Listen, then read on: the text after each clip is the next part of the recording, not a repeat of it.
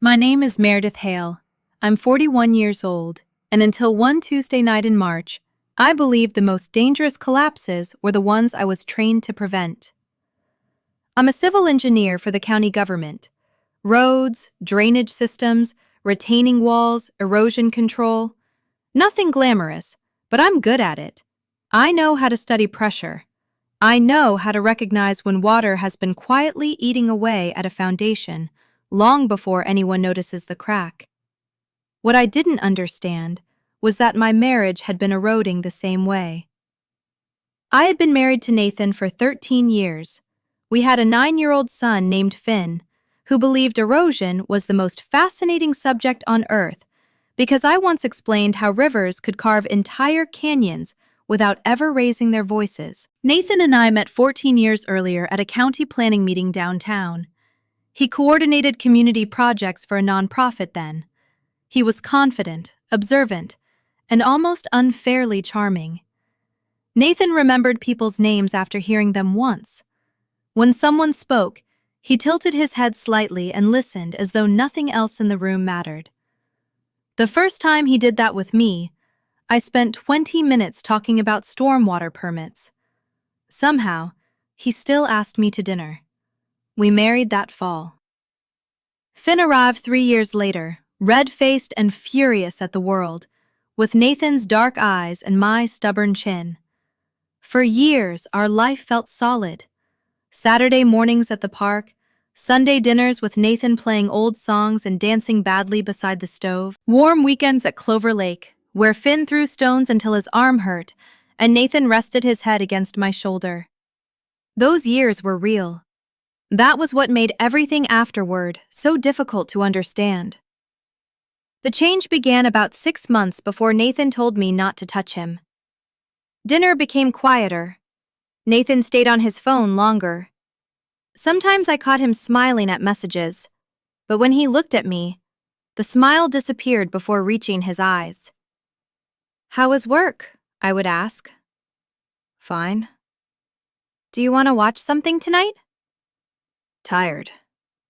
"We have a long weekend coming. Maybe we could take Finn to the lake." "Maybe." Every answer felt like a door closing softly. I kept pretending the hallway was still open. One Saturday morning, I heard Nathan talking to his college friend, Darren Mercer. Darren had been divorced twice and described women the way mechanics described unreliable engines: expensive, temperamental, and eventually easier to replace. I was standing in the hallway with my coffee when Nathan laughed. "I know," he said. "It's like living with furniture that expects gratitude." Darren said something I couldn't hear. Nathan laughed again. I knew he meant me. I stood there until the coffee cooled between my hands. That night, I nearly confronted him. I had the words prepared. I wanted to ask when I had stopped being his wife and become an object occupying space in his house. But Nathan sat across from me at dinner, half smiling at his phone, already emotionally somewhere else. So I said nothing. Instead, I tried harder. I repaired the kitchen faucet he had complained about for 2 months. I booked a table at the Italian restaurant downtown that he once said he missed. He canceled because of a headache. I rescheduled. During dinner, he spent most of the evening answering messages. I told myself it was stress. I had become remarkably skilled at creating explanations that hurt less than the truth. Then came Tuesday night. Finn was upstairs humming a song from a video game. The kitchen still smelled like garlic bread. I stood at the sink drying the last dinner plate while Nathan walked toward the refrigerator. Without thinking, I placed my hand on his shoulder. It wasn't possessive. I wasn't pulling him toward me. It was the same small gesture I had probably made 10,000 times during our marriage. Nathan stopped. He looked at my hand as though something unpleasant had landed on him. "Don't touch me." 3 words. Not shouted, not whispered. He said them with calm precision, as though he had practiced them privately and had finally found the right moment to deliver them. My hand fell. Something inside my chest didn't tighten. It emptied. "Okay," I said. I walked to the hallway closet, removed an old quilt, and carried it into the living room. Nathan watched me. He didn't ask where I was going. I lay on the couch and stared at the ceiling for nearly an hour. Upstairs, the bathroom faucet ran. A cabinet closed. Then the house became silent. I wasn't trying to frighten him. I wasn't punishing him. Nathan had told me not to touch him, and my body obeyed before my heart understood what obedience would cost. The next morning, I woke before everyone else. I made coffee, prepared Finn's turkey sandwich, sliced an apple, and placed the little handwritten note in his lunchbox that I had included every school day since first grade. I left without saying good morning to Nathan. That evening, Finn told me about his science project. "Rivers don't look strong," he explained, waving his fork, "but they keep moving, so eventually the ground gives up." Nathan watched me from across the table. "You're quiet tonight," he said. "Long day." He waited, perhaps expecting more. Then he returned to his phone. By Thursday, I had begun carrying a small notebook in my jacket pocket. 2 years earlier, my friend Wade Foxworth had given me advice over coffee. "If your marriage ever starts going sideways, write everything down. Dates, times, exact words. You'll think you'll remember, but you won't. A courtroom doesn't care how clearly you felt something. It cares how clearly you can prove it." At the time, I had laughed. That Thursday, I opened the notebook during lunch. Tuesday, March 4th. Kitchen, 7:45 p.m. Nathan stated, "Don't touch me." No preceding argument, no physical provocation. Wednesday, March 5th. No conversation initiated by Nathan regarding statement or sleeping arrangement. Second night on couch. The language felt cold, clinical. I needed clinical. Emotions shifted every hour. Facts stayed where I put them. Friday evening, Finn went to a friend's house for a sleepover. Nathan stood in the living room doorway while I read on the couch. "Are you coming to bed?" "I'm fine here." His expression changed, only slightly. "Whatever." He turned and went upstairs. I wrote it down. Saturday morning, Nathan made blueberry pancakes, my favorite. He had not made them in nearly 2 years. He placed the plate in front of me with a careful smile. "I thought you might like these." "Thank you." I ate, washed my plate, and went outside to mow the lawn. Behind me, Nathan remained at the kitchen table. He wanted a reaction. I could feel it. The old Meredith would have used the pancakes as permission to apologize for being hurt. She would have asked whether they could start over. She would have taken responsibility for the distance, because silence frightened her more than unfairness. That Meredith no longer knew what to say. 1 week after the kitchen incident, Nathan entered the living room at 10 o'clock. I was holding the notebook and a glass of water. "Why are you sleeping out here?" I looked up at him. "You told me not to touch you. This seemed like the clearest way to respect that." "That was—" He stopped. "You didn't mean it?" I asked. Nathan opened his mouth, but no answer came.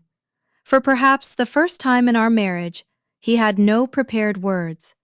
He went upstairs. I documented the conversation.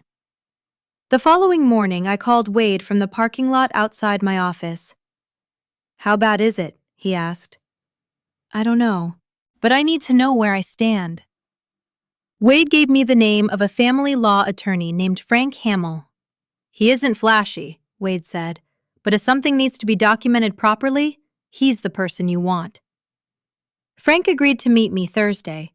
2 nights before that appointment, Nathan brought home Thai food from the restaurant on Henson Street, where we used to celebrate anniversaries.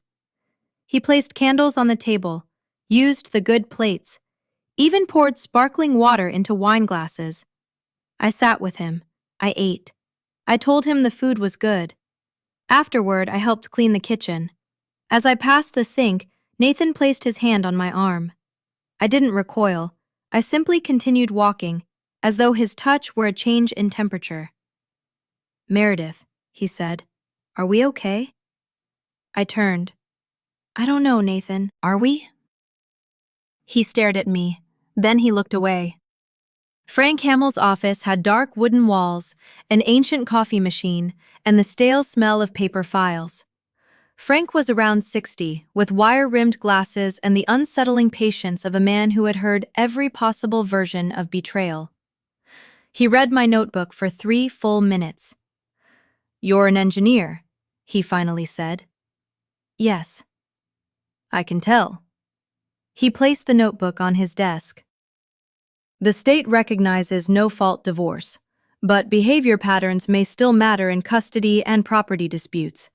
If your husband rejected the marital relationship and you complied with his stated boundary, that is not automatically abandonment." "What if he tells people I'm the one who withdrew?" Frank removed his glasses. "That is why you continue writing." I left with a retainer agreement in my bag and a pressure in my stomach that felt heavier than fear. The marriage was no longer merely unhappy. It had become something that required evidence. 2 days later, Wade called me while I was sitting in my car outside the grocery store. His voice was careful. "My wife ran into Darren at a gathering on Kansas Avenue." I gripped the steering wheel. "What did he say?" "Darren's telling people Nathan has been trying to repair things, but you've gone cold. He says you left the bedroom without explanation and refused to come back." For several seconds, I heard nothing except my breathing. Nathan had told me not to touch him. Now he was allowing people to believe that I had abandoned him? I opened the notebook on the passenger seat. Saturday, March 16th. Information received from Wade Foxworth. Darren Mercer has told mutual acquaintances that I initiated the physical and emotional withdrawal. Statement directly contradicts documented events beginning March 4th. The anger arrived quietly, cold, controlled, like pressure building behind a wall no one else realized had already begun to crack. The following 2 weeks became a pattern. Every morning I went to work, reviewed drainage reports, approved erosion control permits, answered emails, and tried to behave like nothing inside my life had shifted. Every evening, I came home, helped Finn with homework, made dinner when it was my turn, slept on the couch, and documented whatever happened next. I wasn't waiting for Nathan to apologize anymore. I wasn't trying to fix him. I was simply recording reality one day at a time. One afternoon, he caught me writing. He stopped beside the kitchen counter and nodded toward the notebook. "What is that?" "Just a journal." He watched me for several seconds before walking away. As soon as he disappeared into the hallway, I opened the notebook again. Thursday, March 14th. Nathan observed notebook, asked about its purpose. I described it as a journal. No further discussion. Nothing was too small anymore. The following Saturday, Wade called again. His voice sounded different this time. "Meredith, I wasn't sure whether to tell you." "What happened?" "Megan heard Darren talking again." I leaned against my truck. "He keeps telling everyone you're the one who emotionally checked out. Says Nathan keeps trying to reconnect, but you're refusing." I closed my eyes. The story was growing. It wasn't random gossip anymore. It was becoming accepted history. I opened the notebook. Saturday, March 16. Wade reports Darren continues telling mutual acquaintances that I initiated emotional and physical withdrawal, despite documented evidence to the contrary. This time, I didn't cry. The hurt had cooled into something harder. That evening, Nathan surprised me with coffee waiting beside my mug. A small handwritten note rested underneath it. "Have a good day." I smiled politely. "Thank you." Nothing more. He watched me read the note. I folded it once, placed it beside my keys, and left for work. Tuesday afternoon, my phone buzzed. "Thinking about you. Hope your day is going well." I stared at the message for almost a minute. Then I answered. "Thanks." One word. The same emotional distance he had offered me for months.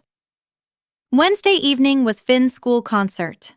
Nathan sat beside me in the auditorium.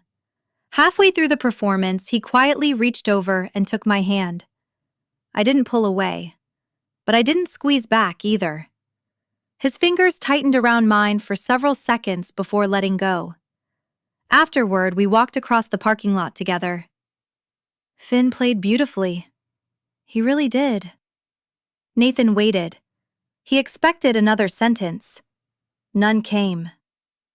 Thursday passed almost entirely without conversation. 22 consecutive hours. Not one sentence directed at me. I counted, because counting had become safer than guessing. Friday evening hurt more. Finn was brushing his teeth upstairs when Nathan spoke loudly enough for me to hear. "Daddy's choosing to sleep downstairs, sweetheart. I don't really understand why either." I froze. Not because of the lie, because he involved Finn. I waited until the kitchen was empty before writing. Friday, March 21st. Nathan informed Finn that I voluntarily chose to sleep downstairs. Statement contradicts March 4th conversation. Saturday morning finally exploded. Nathan slammed a cabinet hard enough to shake every glass inside. "This is ridiculous!" I looked up from my coffee. "What is?" "You!" His voice echoed through the kitchen. "You're acting like some teenager who got her feelings hurt." I answered quietly. You told me not to touch you.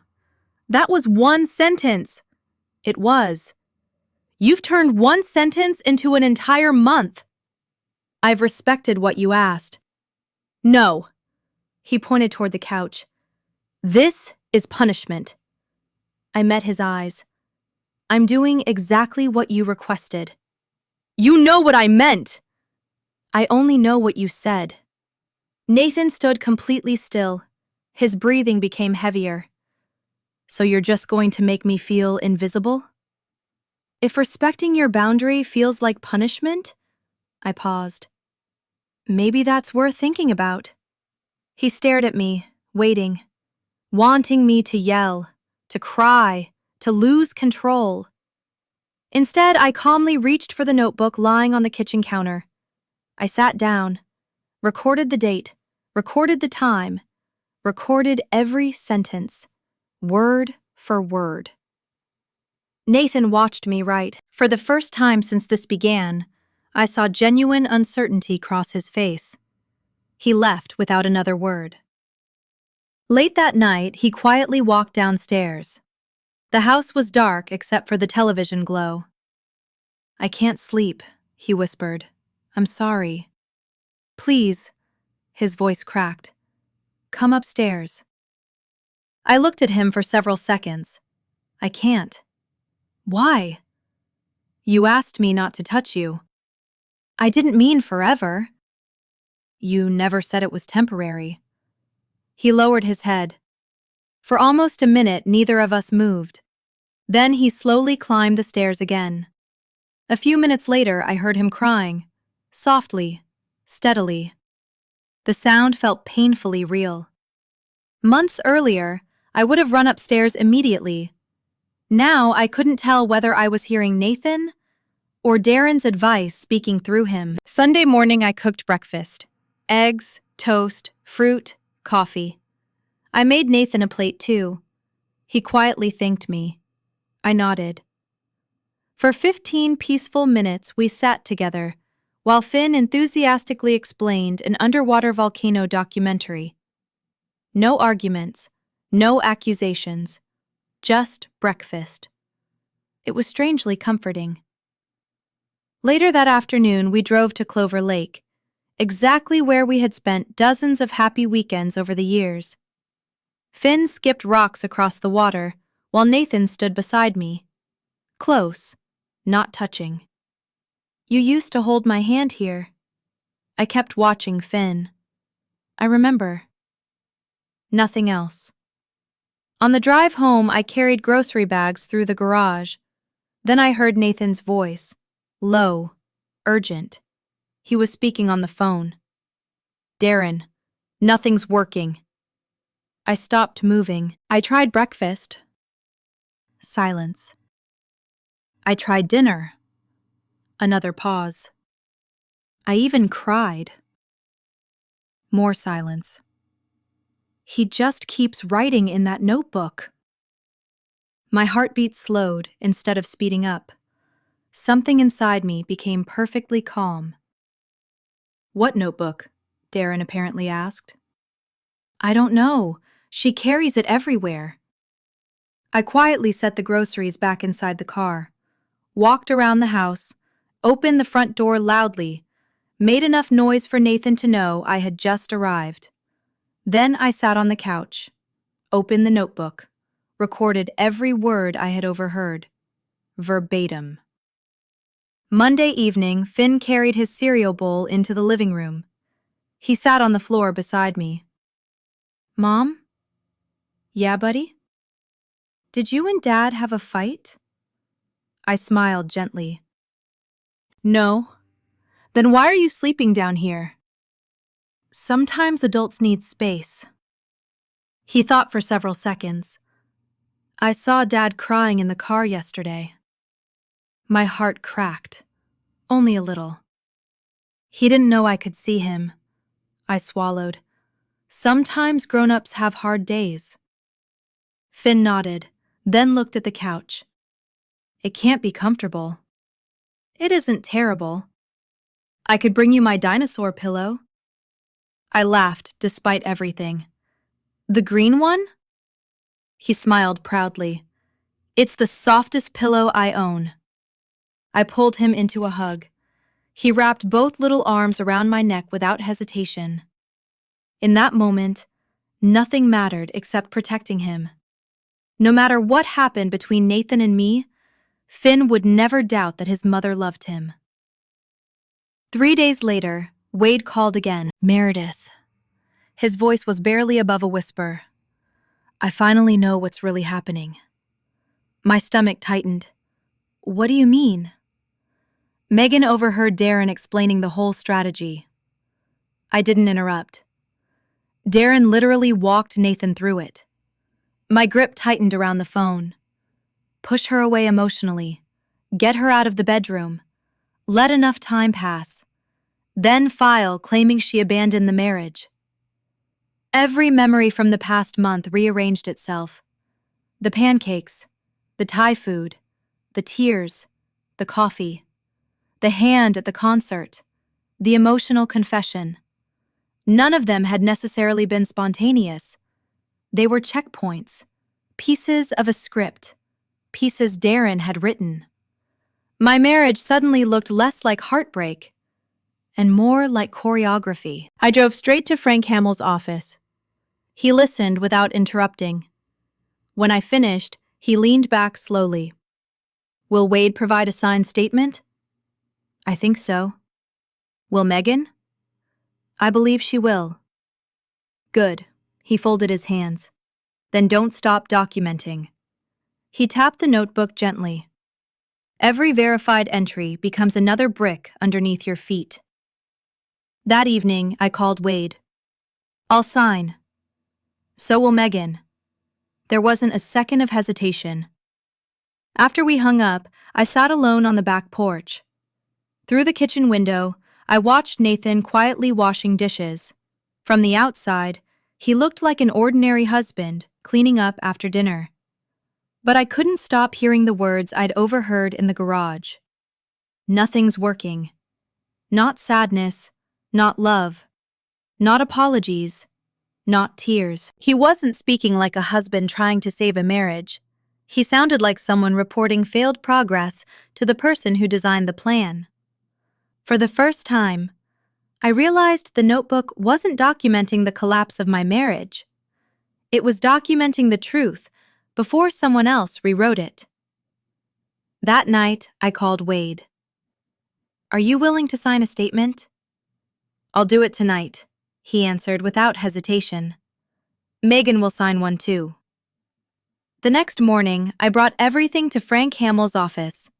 He read every page of my notebook, from the night Nathan said, "Don't touch me," to the phone call in the garage, and Wade's account of what Darren had been coaching. When he finally looked up, his expression was calm. We don't just have suspicions anymore. We have a documented pattern. And now, we have witnesses. He tapped the notebook. Keep writing. Every verified fact becomes another brick in your foundation. I did exactly that. 3 days later, I came home and found Nathan sitting alone at the kitchen table. No candles, no takeout, no carefully planned gestures, just him. Meredith, he looked exhausted. I miss you. For the first time in weeks, his voice sounded genuine, not rehearsed, not strategic, just broken. I missed him too. I missed the man who stayed awake all night when Finn had a fever, the man who laughed with us at Clover Lake, the man I believed I'd spend the rest of my life with. I stepped closer. Nathan wrapped his arms around me. For a few brief seconds, I almost believed we could still find our way back. Then his phone buzzed. He glanced down without thinking. A preview appeared across the screen. Darren, is she buying it? Everything inside me went cold. I slowly stepped back. I need some air. Outside on the porch, I opened my notebook. March 22nd, 8:43 p.m. Nathan initiated physical contact. Immediately afterward, text received from Darren. Is she buying it? Interaction appears coordinated. 1 week later, with Finn spending the evening at Wade's house, I placed a manila folder on the kitchen table. Nathan looked at it.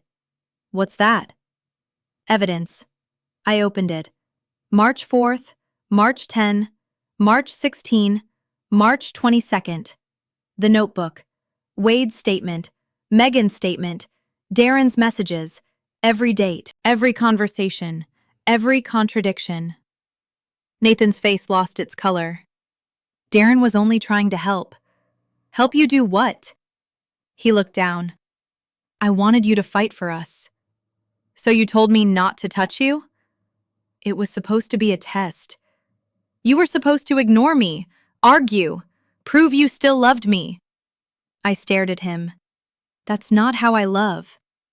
You said, don't touch me. So I respected you. Respect isn't failure. It's love. Nathan broke. Real tears. Not the careful ones I'd seen before.